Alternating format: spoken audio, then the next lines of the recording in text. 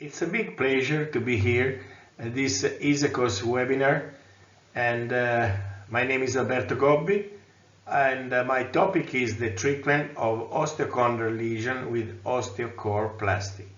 I want to thank my co-authors and the organizer of this webinar. We should consider the bone, the cartilage structure and function, and of course the subchondral bone when we discuss about cartilage problems and osteoarthritis. Bone marrow lesions means a different type of lesion. We can have subchondral bone edema, osteonecrosis or avascular necrosis, insufficiency fractures, spontaneous osteonecrosis of the knee. Osteoarthritis is a progressive disease, and there are different elements, anatomic, molecular, physiologic, in order to create a clinical threshold and the joint failure. When we discuss about bone and subchondral bone, we should consider all the players in the bone and the reaction to this stimulant. The subchondral bone attempts to remodel. We have bone cyst formation in late stages, and the osteophyte form through the pathologic activation of endochondral ossification mediated by the Indian hedgehog signaling molecules. The science behind the pain that is not completely clarified in osteoarthritis. We have synovitis that can be a cause of the pain. We can have meniscal lesion, effusion, cartilage degradation, and of course bone marrow lesion. When we want to treat subchondral bone lesions, but also cartilage lesion, it is important to consider that we need healthy soil for healthy cartilage.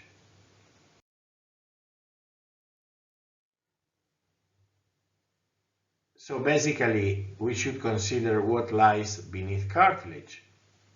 In an early stage of osteoarthritis, we have cartilage degeneration, subchondral microdamage of the cartilage, and we lose some thickness and porosity of the cartilage.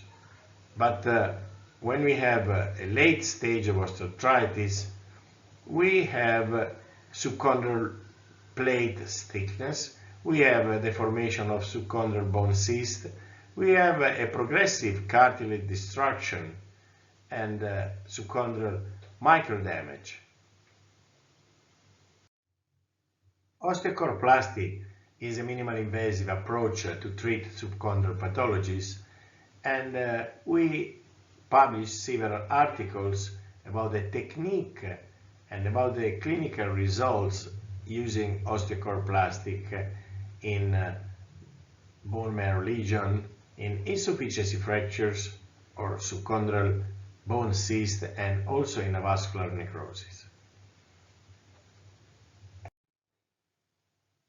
In this study that we published on the Journal of Cartilage and Joint Preservation, we treated 24 patients with bone marrow lesion with the osteochondroplasty technique, and we demonstrated at 2 years follow-up a significant improvement compared to the preoperative assessment.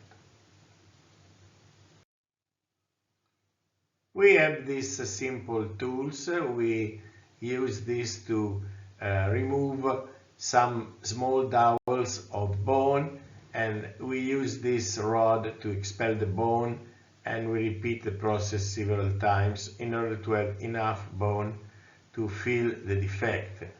Basically, we have a transplantation of living, vital, intact bone core segments. This concept provides both biological and structural components for an optimized environment for regeneration after the extraction of the bone dowels, usually from the ipsilateral iliac crest, but also from the tibia, we can have these small dowels that will be reinserted into the bone after targeting the lesion with fluoroscopy. We use this simple tool and we can deliver the bone graft directly into the lesion in this rod, and then at the end we inject the bone marrow, aspirate concentrate into the lesion, and we can use the arthroscopy to check if there are also cartilage lesions.